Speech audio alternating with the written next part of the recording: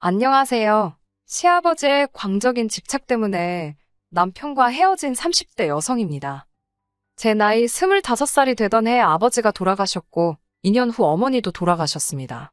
아버지가 폐암이셨는데 어머니께서 그런 아버지를 오랫동안 간병하셨거든요.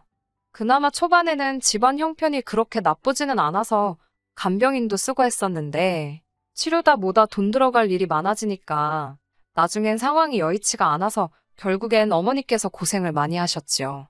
제가 돕는다고 돕긴 했으나 어머니가 하신 바에 비하면 세 발의 피에 불과했을 테고요. 아무튼 사정이 그렇다 보니 어머니께서는 정작 당신 스스로는 돌보지 못하셨던 모양입니다. 아버지가 돌아가시고 얼마 지나지 않아 어머니도 심상찮은 증세들을 보이셨거든요. 제 고집과 등살에 못 이겨 어머니께서 모처럼 건강검진을 받게 되셨는데 거기서 암 진단을 받게 될 줄은. 저는 어머니 건강을 걱정하면서도 설마 암일 거라곤 상상도 못했기에 저나 어머니나 충격이 무척 컸지요. 어머니께서는 암 진단을 받고 정확히 9개월 만에 세상을 떠나셨습니다. 아버지 때와 달리 제대로 치료도 받지 못하셨어요. 그나마 하나 있던 집을 담보로 대출까지 끌어다 아버지 치료에 쏟아부었던 터라. 게다가 친정부모님은 두 분 다 보육원 출신이셨기에 도움을 요청할 만한 친척도 한 명 없었지요. 저 역시 외동딸이었기 때문에 많은 일들을 혼자 처리해야 했고 이래저래 참으로 서글픈 상황이었네요. 어머니 휴대폰에는 몇 안 되는 지인들의 연락처가 있었고 그분들만 모시고 간단히 장례를 치렀습니다. 마음을 제대로 추스릴 새도 없이 평소와 다름없이 출근을 했습니다. 어려서부터 소심하고 낯을 많이 가리던 저는 원래 주변 사람들한테 아쉬운 소리를 하는 데 있어 익숙하지 않았어요. 그래서인지 어머니가 돌아가셨다는 이야기도 쉽게 꺼낼 수가 없더라고요. 갑자기 자리를 왜 비웠었냐, 얼굴색은 왜 이렇게 안 좋냐는 동료의 걱정에도 그냥 몸이 안 좋아서 그렇다며 둘러대는 게 전부였달까요. 하지만 제 그런 거짓말을 꿰뚫어본 사람이 있었으니 바로 남편이었습니다. 남편은 저에게 자세한 이유를 캐묻는 대신 말없이 어깨를 내어주는 그런 사람이었어요. 어떻게든 절 웃게 해주려고 그런 건지 평소보다 더 과하게 장난도 치고 어떻게든 제 관심과 주목을 끌어보려고 애를 쓰기도 했지요. 그런 남편을 보고 있으면 고맙기도 하고 동시에 짜증이 나기도 하고 그래도 결국에는 그 모든 행동들이 남편 나름대로의 배려였다는 걸 알게 되었고 이후로는 저도 남편에게 마음의 문을 열었네요. 얼마 지나지 않아 저희 둘의 관계는 진지한 사이로 발전하게 되었습니다. 그런 관계가 1년여 정도 지속되었을 때 남편이 먼저 결혼하자는 이야기를 꺼냈고요. 아무래도 제 상황이 상황인지라 어머님 아버님이 저를 싫어하진 않으실지 결혼을 반대하진 않으실지 걱정을 많이 했습니다. 친정부모님 자리에 앉아줄 어른이 없어 제대로 된 상견례도 할 수가 없었으니까요. 하지만 어머님 아버님의 허락 아래 시댁에 찾아가 인사를 드리는 걸로 상견례 자리를 대신했어요. 비록 결국에는 어머님 아버님 때문에 남편과도 헤어지게 되었지만 두 분을 처음 만났을 때만 하더라도 정말로 친절하고 배려심이 넘치는 분들이다 싶었습니다. 제가 불편해할까봐 그러신 건지 뭐 하나 물어보실 때도 매우 신중하게 그리고 조심스럽게 신경을 써주셨고요. 뿐만 아니라 친정부모님에 대한 이야기가 나왔을 때는 어머님께서 눈물을 보이셨고 아버님께서는 이제 당신들이 저를 친딸처럼 아껴주시겠다며 사랑한다고 말씀해주시기까지 하셨네요. 하지만 산 넘어 산이라더니 저희 앞에 놓인 또 다른 문제는 돈이었습니다. 저나 남편이나 각자의 사정으로 모아둔 돈이 많지가 않았거든요. 친정이 없는 상황에서 시댁 도움만을 받자니 그것도 영 내키지가 않았지요. 남편과 한참을 고민하고 상의한 끝에 저희는 반지하 전셋집에서 시작하기로 했습니다. 어차피 남편이나 저나 집에서는 거의 잠만 잘 듯했기에 큰 문제는 없을 거라고 생각했거든요. 반지하에서 딱 2년만 버티자 그 2년 동안 열심히 돈만 모아서 나오자며 다짐을 했네요. 하지만 반지하 생활이 어느 정도 적응이 되어가던 무렵 문제가 생겼습니다. 집을 알아볼 때부터 가장 걱정했던 것 중 하나가 바로 곰팡이와 누수였는데 결국엔 그 두 가지 모두를 겪게 되었거든요. 지은 지 2년도 안 된 건물인데다 새로 도배까지 싹 되어 있었기에 설마 싶었는데 하지만 아니나 다를까 장마가 시작되기가 무섭게 천장 모서리부터 누수가 발생했지요. 곰팡이는 덤으로 따라왔고요. 하지만 그게 끝이 아니었어요. 곰팡이 때문인지 남편의 상태가 급속도로 안 좋아졌거든요. 온몸에 벌건 두드러기가 올라온 데다 집에 있으면 정말 당장이라도 어떻게 되는 거 아닌가 싶을 정도로 심하게 기침을 해대더라니까요. 결국 보다 못한 제가 남편을 데리고 병원에 갔는데 무슨 이름도 길고 어려운 증후군 증세도 보이고 이대로 두었다간 폐렴에 걸릴 수도 있다는 무서운 이야기를 듣게 되었습니다. 이를 어쩌나 일단은 하루라도 빨리 반지하에서 나와야겠다는 생각뿐이었어요. 집주인에게 연락을 하니 처음엔 저희가 너무 과민 반응하는 거 아니냐며 책임을 피하더라고요. 하지만 자기 눈으로 남편 상태를 보더니 그제서야 먼저 미안하다며 계약을 물러주겠다 하대요. 대신 주변에다가 괜히 누수네 곰팡이네 그런 소리는 말아달랍니다. 아무래도 대학 가다 보니 소문에 꽤나 신경이 쓰였던 모양이에요. 아무튼 그리고 당연히 이 소식을 어머님 아버님께도 알렸습니다. 어머님께서는 무척 속상해 하시더니 기왕 이렇게 된 거 들어와 살라 하시더군요. 뭐하러 생고생을 사서 하냐며 살림 같은 거 시키지도 않을 거고 애라도 갖게 되면 당신이 다 도와줄 거라고. 같이 살면서 돈이나 바짝 벌어 나가라셨지요. 솔직히 이때만 하더라도 저는 어머님의 말씀에 꽤나 감동했어요. 물론 제가 바보는 아니었기에 막상 같이 살기 시작하면 결국엔 제가 살림을 하게 될 수도 있고 여러 가지 변수가 있을 거다, 힘든 일도 있을 거란 건 충분히 예상하고 있었고요. 그래도 어찌됐건 어머님께서 저희를 도와주고자 하신 말씀이라 생각하니 정말 감사했답니다. 하지만 시댁에 들어가 살기 시작한 직후부터 하루가 멀다 하고 스트레스 받는 날의 연속이었네요. 그 이유는 바로 아버님이셨고요. 다정다감한 줄만 알았던 아버님 때문에 제가 이토록 힘들어질 거라곤 상상도 못했네요. 아버님께선 아침부터 저녁까지 저희가 집에 있는 한 당신 눈에 보이는 곳에 있기를 바라셨어요. 솔직히 말하자면 비록 저희가 어쩔 수 없는 상황 때문에 합가를 하긴 했지만 저희는 여전히 신혼이었잖아요. 단지 잠자리를 이야기하는 것이 아니라 둘이서만 대화도 하고 싶고 둘이서만 쉬고 싶고 둘이서만 하고 싶고 해야 하는 것들이 많은데 둘 다 맞벌이를 하다 보니 결국 뭐가 됐건 간에 둘이 함께하는 시간은 퇴근 후가 전부였지요. 하지만 일단 저나 남편이 집에 도착하면 아버님께선 그렇게 저희를 거실로 불러내셨습니다. 거실에서 같이 TV 보자고. 왜 방에만 있냐고요. 문제는 그렇다고 해서 저희가 보고 싶은 것을 보는 것도 아닙니다. 아버님께서는 당신이 선호하시는 정치색을 보이는 채널만 하루 종일 주구장창 보셨어요. 그게 아니면 미국 레슬링 프로그램이었지요. 저는 그러면 TV 앞에서 소위 멍 때리고 있거나 핸드폰을 하곤 했는데 그걸 또 그렇게 싫어하셨습니다. 같이 TV 보자니까 왜 핸드폰만 들여다보고 있냐며 한 번은 막무가내로 제 핸드폰을 뺏어가기도 하셨지요. 제가 너무 놀라기도 했고 기분도 나빠서 아버님을 쳐다보니 그러니까 하지 말라는 짓을 왜 하냐면서 예의를 지키랍니다. 아버님의 간섭은 이뿐만이 아니었습니다. 어쩌다 남편과 제가 둘이 모임에라도 가는 날이면 아버님이 나서서 저희의 옷차림을 단속하셨어요. 모임의 성격이나 장소에 따라 저희가 어련히 알아서 잘 챙겨 입고 가겠어요? 한 번은 현관에서 신발을 신던 저를 붙들고는 옷을 왜 이렇게 입었냐? 사구려처럼 보인다 어쩐다. 가서 저번에 입었던 걸로 바꿔 입고 와라. 더 짜증이 났던 건 그런 아버님의 행동이 남편이 보기엔 며느리를 너무 예뻐해서 그러는 것 같답니다. 심지어 정말로 저희가 모임에 가는 건지 아니면 당신만 따돌리고 둘이서 어디 놀러라도 가는 건 아닌지 그걸 감시하려고 몰래 저희 뒤를 밟으신 적도 있답니다. 저는 놀라다 못해 소름이 다 끼치던데 정작 남편은 아버님이 은퇴하시고 집에만 계시니 심심해서 저러신가 보다며 다음에는 아버님도 모시고 같이 어디 놀러라도 가자고 하더라고요. 제가 황당해서 어머님 계시지 않냐, 두 분 사이가 나쁜 것도 아닌데 도대체 왜 이러시는지 모르겠다 하니까 남편도 그러면 어머님도 모시고 가자는 뚱딴지 같은 소리나 하더라니까요.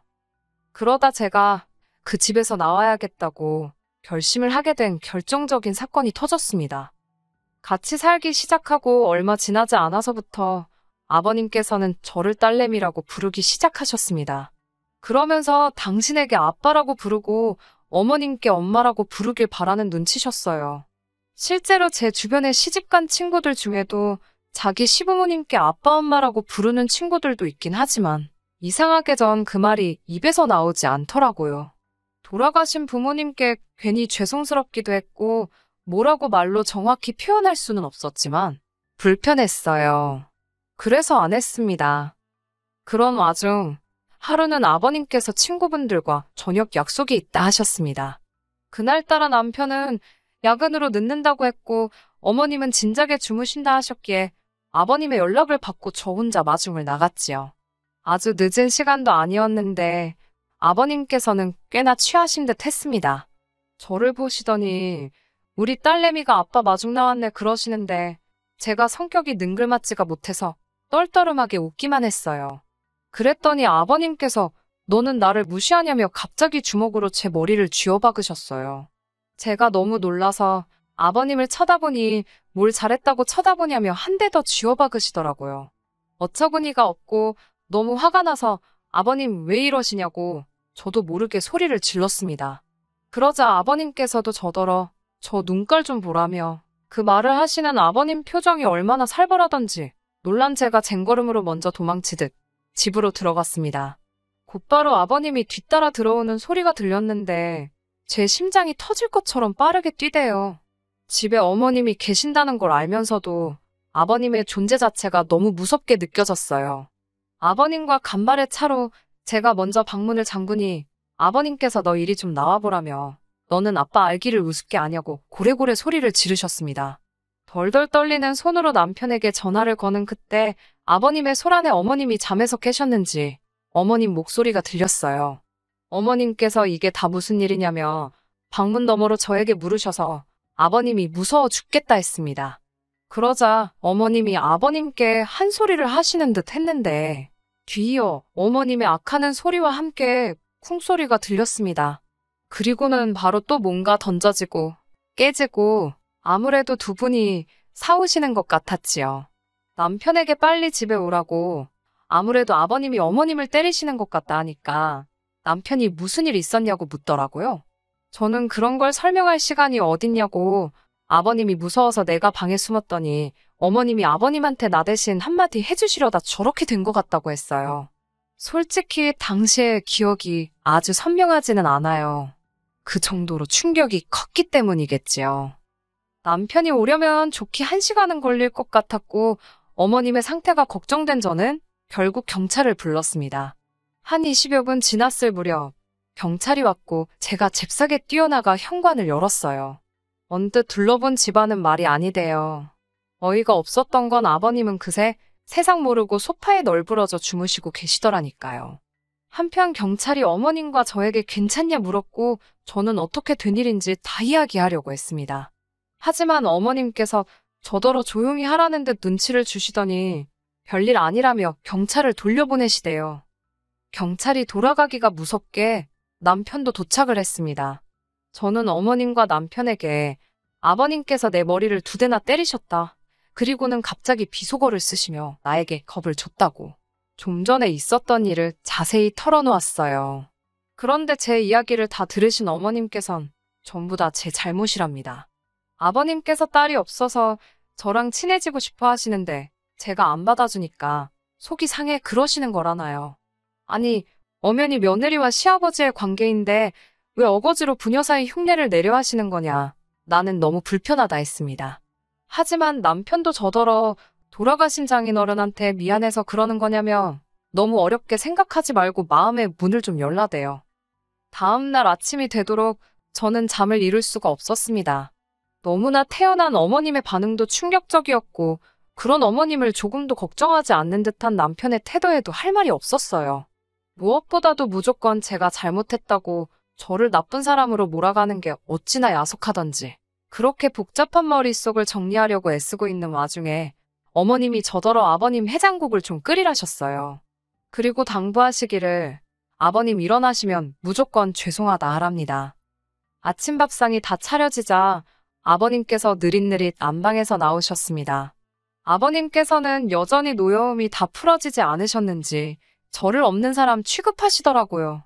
그런데 잠깐이었지만 아버님이 저를 무시하시니까 그게 너무 편하고 좋더라고요. 하지만 그 기쁨도 잠시였어요.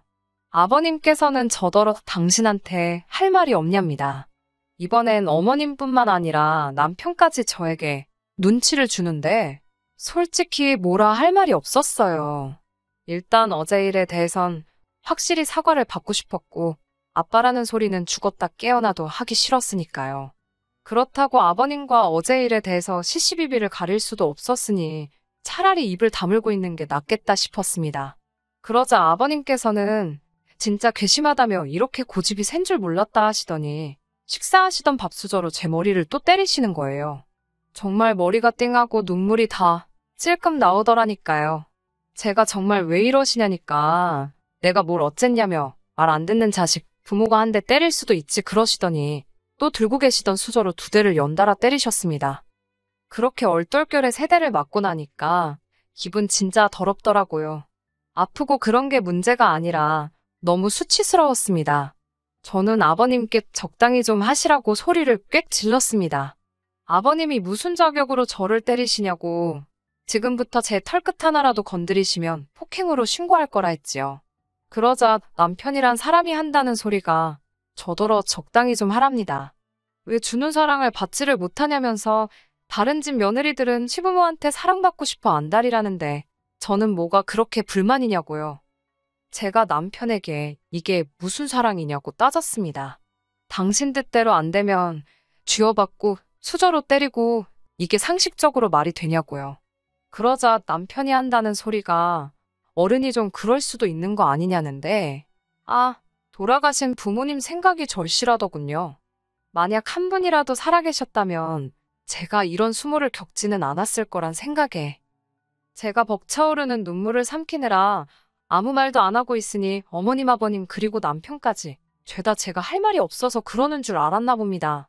아버님께서 마지막이다 생각하고 한 번 더 저를 용서해 주시겠다며 아빠한테 와서 안겨보라는데 진짜 쌍욕을 해드리고 싶더라고요. 제가 됐다고 이 집은 쌍놈의 집구석이라 며느리랑 딸이랑 구분도 못하고 뻑하면 마누라고 며느리고 상관없이 손찌검이나 해대는가 보다고 상종을 못하겠다 했습니다. 남편에게도 그놈의 아파트 한번 살아보겠다고 혼인신고도 못해서 그렇게 서글프더니 지금은 다행이다 싶다고 써붙였어요. 그리고 다시 아버님께 마지막이다 생각하고 한 번 더 기회를 드리겠다고 제 머리 때리신 거 사과하시라 했습니다. 아버님께서는 저더러 이리 오라고 아주 머리털을 다 뽑아 놓으시겠다며 오히려 역성을 내시더군요. 저는 그대로 대충 중요한 집만 챙겨 시댁에서 나왔습니다. 어머님께서 그러고 나가면 다시 못 들어온다고 하시길래 걱정 마시라 했어요. 남편도 그제서야 아버님이 억지 쓰시는 건 자기도 알지만 다 늙은 양반 괜히 기분 상하게 할 필요가 뭐 있냐고 적당히 맞춰드리면서 살잡니다. 그러다 어머님 아버님 2분 다 돌아가시면 이 재산 다 자기가 받을 거고 그러면 제 거나 마찬가지라나요. 자식 새끼라곤 지 하나뿐인데 그런 인간이 부모님 돌아가실 날만 기다리는 모양새라니. 면전에다 대고 네 부모도 참 딱하다고 한마디 해주고 이후로 칼같이 연락 끊었습니다. 하늘에 계신 부모님께서 이런 저를 보시면 자랑스러워하지는 않으시더라도 잘했다 한마디는 해주시겠지요? 이제는 아무렇지 않은 듯 사연을 적어보냅니다만 솔직히 지금 이 순간 부모님이 너무 보고 싶네요. 어쨌든 이제 다시 새로운 시작이다 생각하고 씩씩하게 살아보겠습니다. 끝까지 들어주셔서 감사합니다. 오늘의 사연은 여기까지입니다. 구독과 좋아요, 알람 설정 부탁드리고 더 좋은 사연으로 다시 찾아뵙겠습니다. 감사합니다.